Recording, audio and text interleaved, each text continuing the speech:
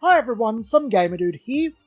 For being one of the largest 4 games globally regardless of region, Yu-Gi-Oh! As a game seems to elicit some rather extreme reactions in people, both positive and negative, but most especially from people deeply invested in another game of the Big Four, Magic the Gathering. TCG players by and large are inherently tribalistic. It is within the best interests of their game of choice for competition to be crushed. Sad but true. But the vitriol directed towards Yu-Gi-Oh! From Magic players is quite the sight to behold. I think it's quite natural too when comparing the two games, especially from a design standpoint.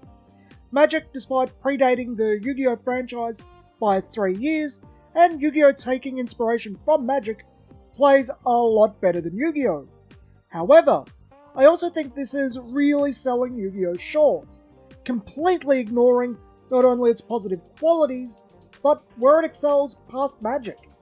But before we get to the topic of today, if you like today's content and want to help the channel, be sure to share the video, like and subscribe. Let's just get what I feel to be the biggest one out of the way as it leads into other points. Yu-Gi-Oh! Is a vastly stronger intellectual property than Magic the Gathering. It's not as strong as Pokemon, very little is, but it's highly merchandisable, which is completely expected given it started as a manga first and foremost, getting 2 anime adaptations, the second of which went global and made the franchise a household name.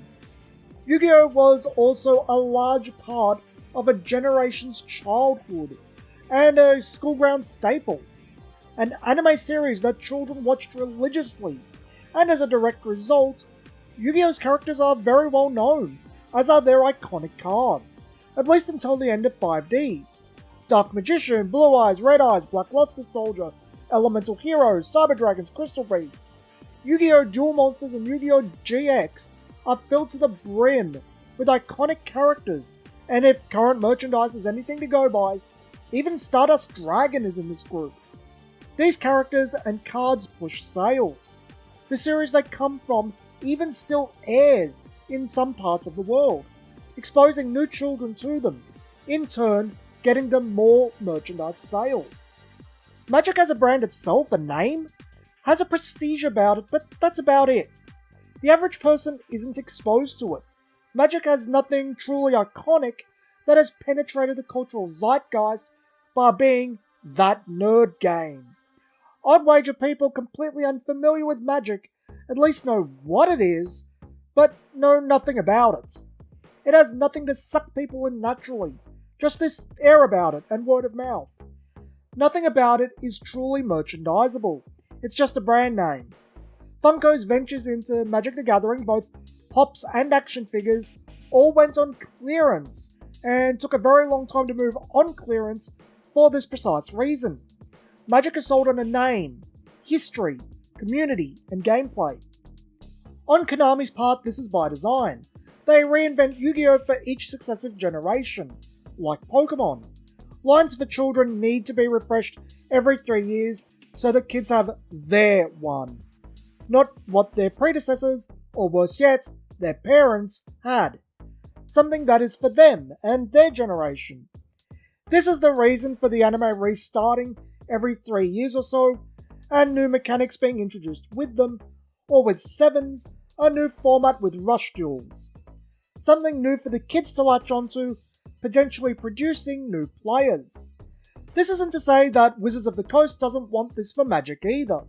They knew about iconic characters as far back as 1997 with Vanguard, and this is the true purpose for the Planeswalker existing.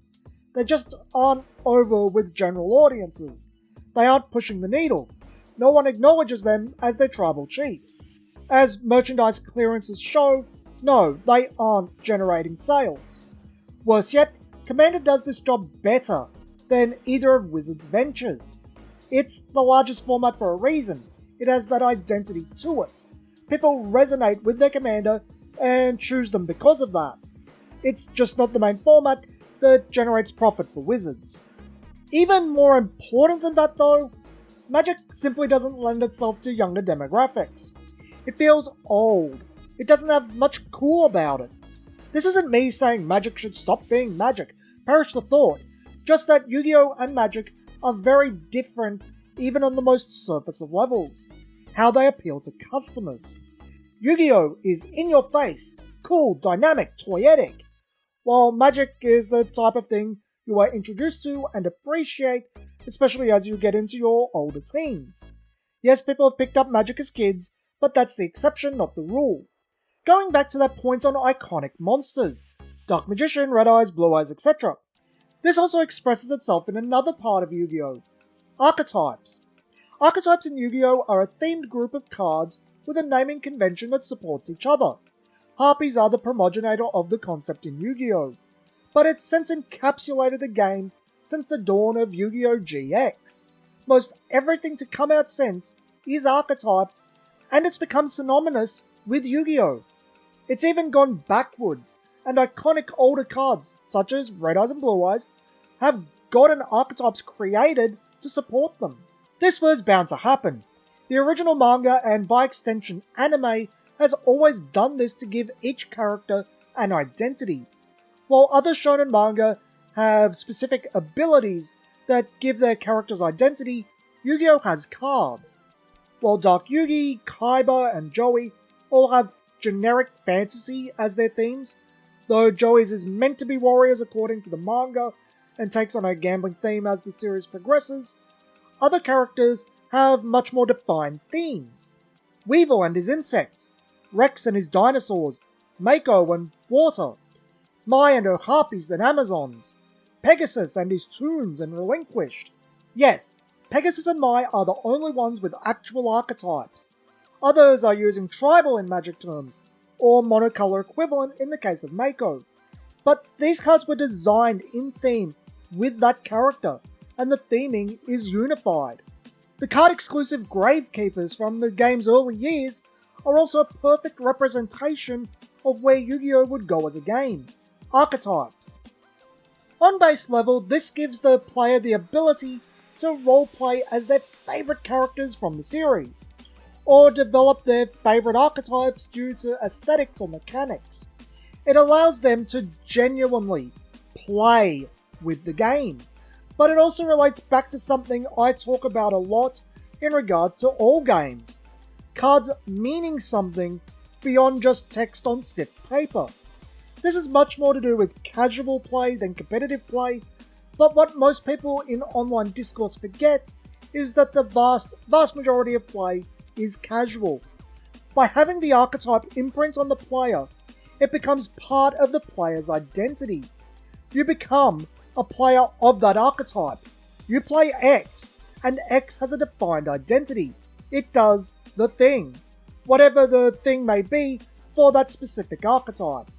Archetypes also play into Yu-Gi-Oh's format of being an ongoing game.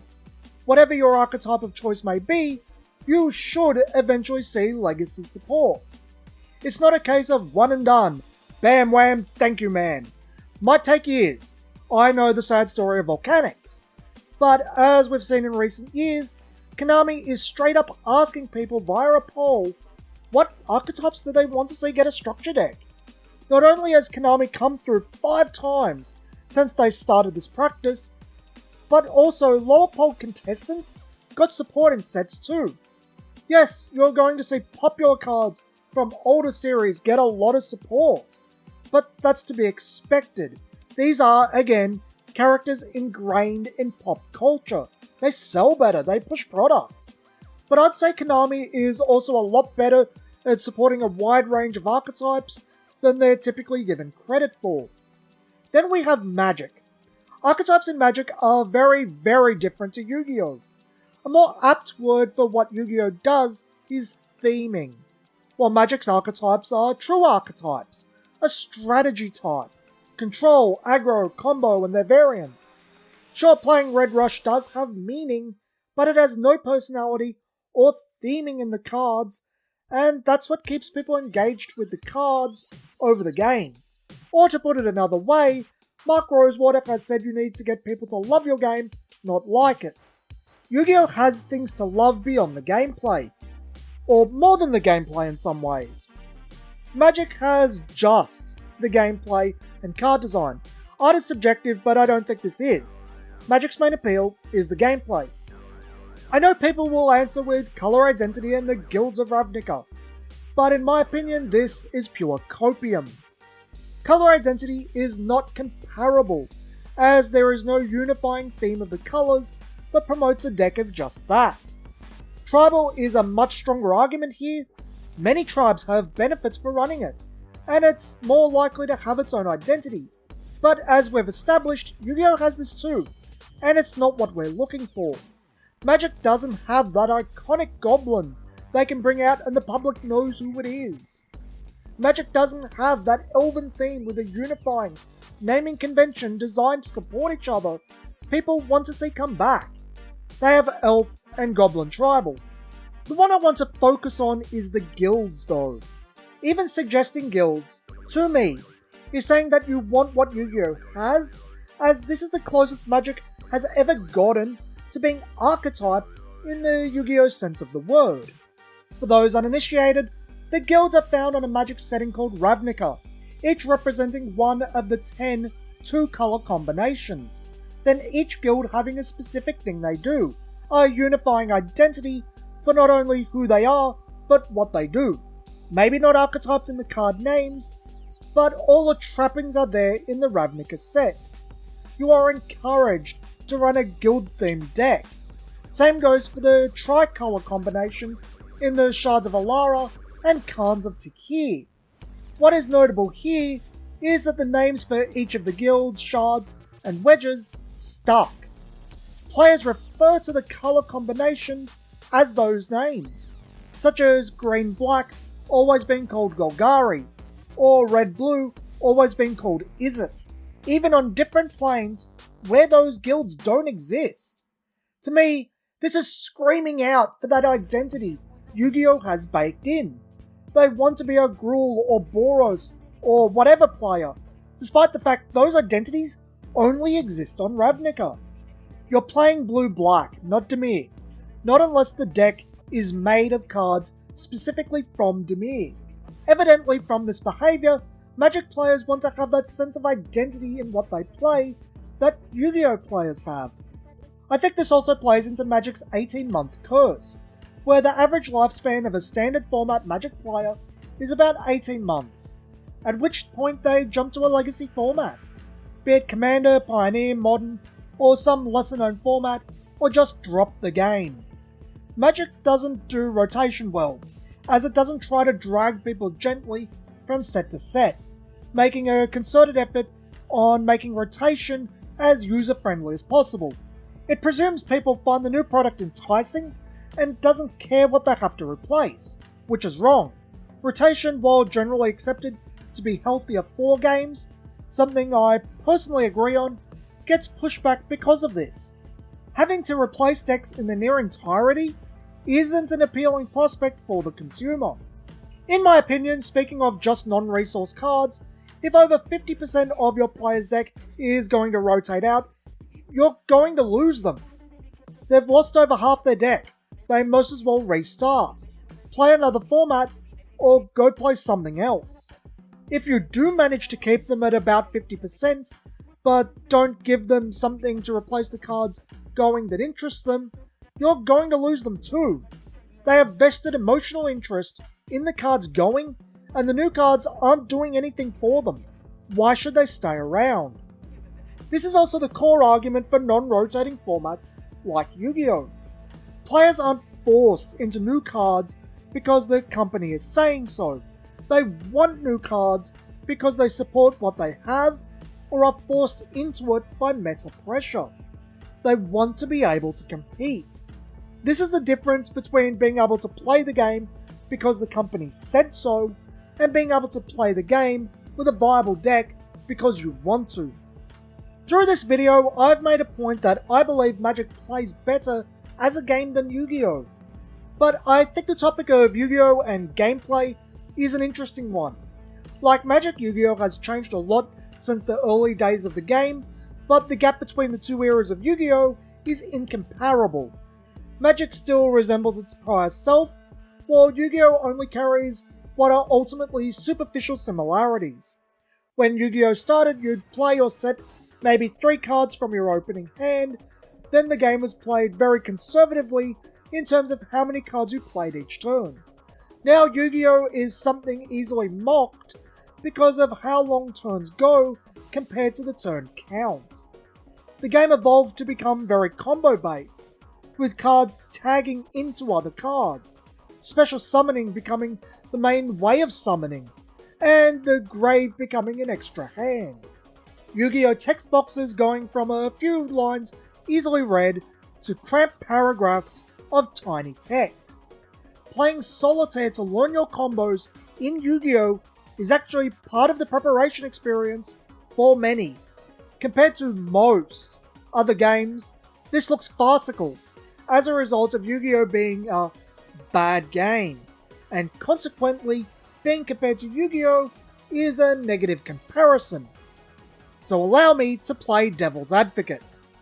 While I do think there are some very valid issues with how Yu-Gi-Oh represents card text especially, this combo-based gameplay it has now, I think it has a ton of charm, and is a somewhat unique experience in the medium. Sure, you can brick, but you can flip that ignition switch with one card and magical things start happening.